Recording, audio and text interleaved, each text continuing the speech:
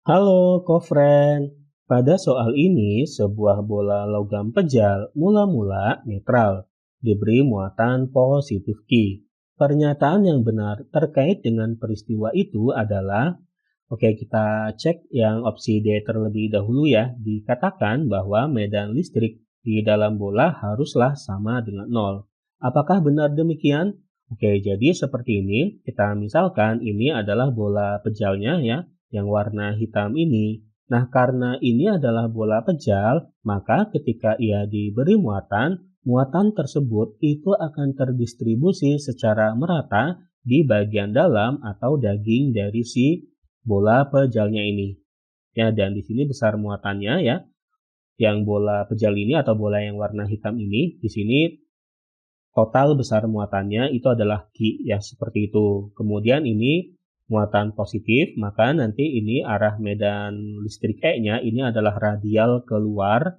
Kemudian jika kita membuat garis normal ya, maka nanti garis normalnya ini juga arahnya radial keluar seperti itu. Kemudian kita akan menggambarkan bola lagi ya, bola yang di bagian dalamnya ini yang warna merah yang lebih kecil. Nah, bola yang lebih kecil ini yang warna merah ini jari-jarinya kita namakan R kecil. Kalau tadi bola yang besar yang hitam jari-jarinya R besar. Maka R kecil kurang dari R besar seperti itu. Kemudian di sini kita akan menggunakan hukum Gauss ya.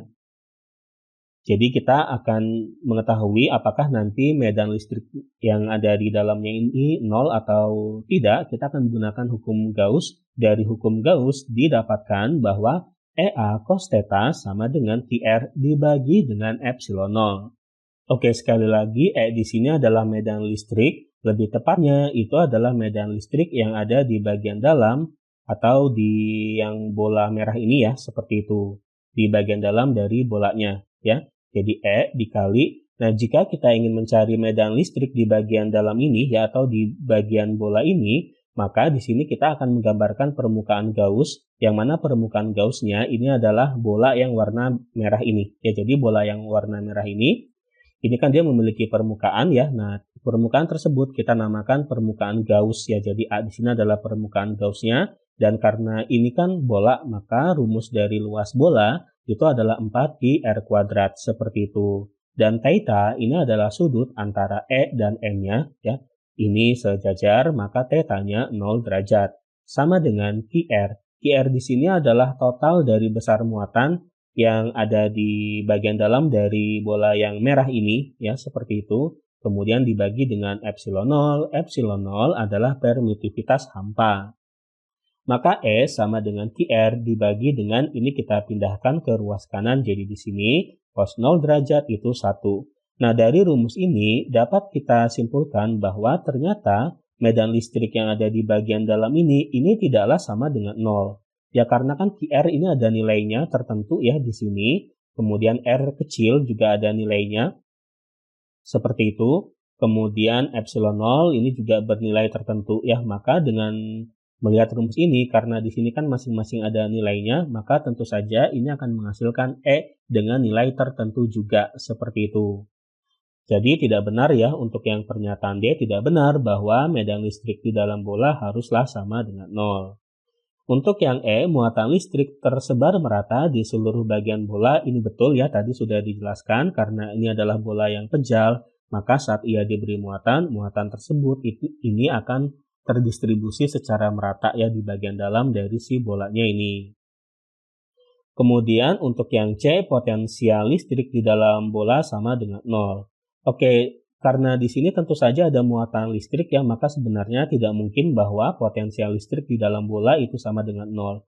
Adapun jika kita ingin mengetahui potensial listrik yang ada di bagian dalam bola yang pejal ya, maka nanti potensial listrik tersebut ini dirumuskan dengan V sama dengan kaki dibagi dengan 2R pangkat 3 dikali 3R kuadrat dikurangi dengan R kecil dikuadratkan. Ya, jadi sekali lagi V di sini adalah potensial listrik yang ada di bagian dalam dari bolanya, ya bola yang warna hitam ini ya, di bagian dalam dari bola yang warna hitam ini seperti itu. Dan sebenarnya rumus ini berangkat dari E sama dengan min dV per dr. Seperti itu ya. Jadi kalau kita lihat di sini karena E-nya ini kan bernilai tertentu ya, tidak nol, maka tentu saja nanti akan dihasilkan V yang tidak nol juga. Berarti yang C kurang tepat. Timbul arus listrik di permukaan bola. Lebih tepatnya, jadi sekali lagi, jika diberi muatan, maka muatannya akan terdistribusi ya secara merata di bagian dalam bolanya ini, dan di permukaan bolanya juga ada muatannya ya, seperti itu. Jadi lebih tepatnya seperti itu ya. Jadi yang B ini kurang tepat. Lalu yang A, energi listrik bola tidak berubah. Tentu saja karena di sini pada awalnya mengalami perubahan besar muatan dari yang tadinya di sini netral menjadi bermuatan, tentu saja terjadi perubahan energi listrik ya. Nah, maka untuk yang A ini kurang tepat ya, energi listrik bola tidak berubah, tentu saja harusnya berubah karena terjadi perubahan besar muatan dari netral menjadi bernilai tertentu. Itu berarti sekali lagi di opsi yang lebih tepat jawabannya adalah yang E. Oke, inilah jawabannya. Sampai jumpa di soal berikutnya.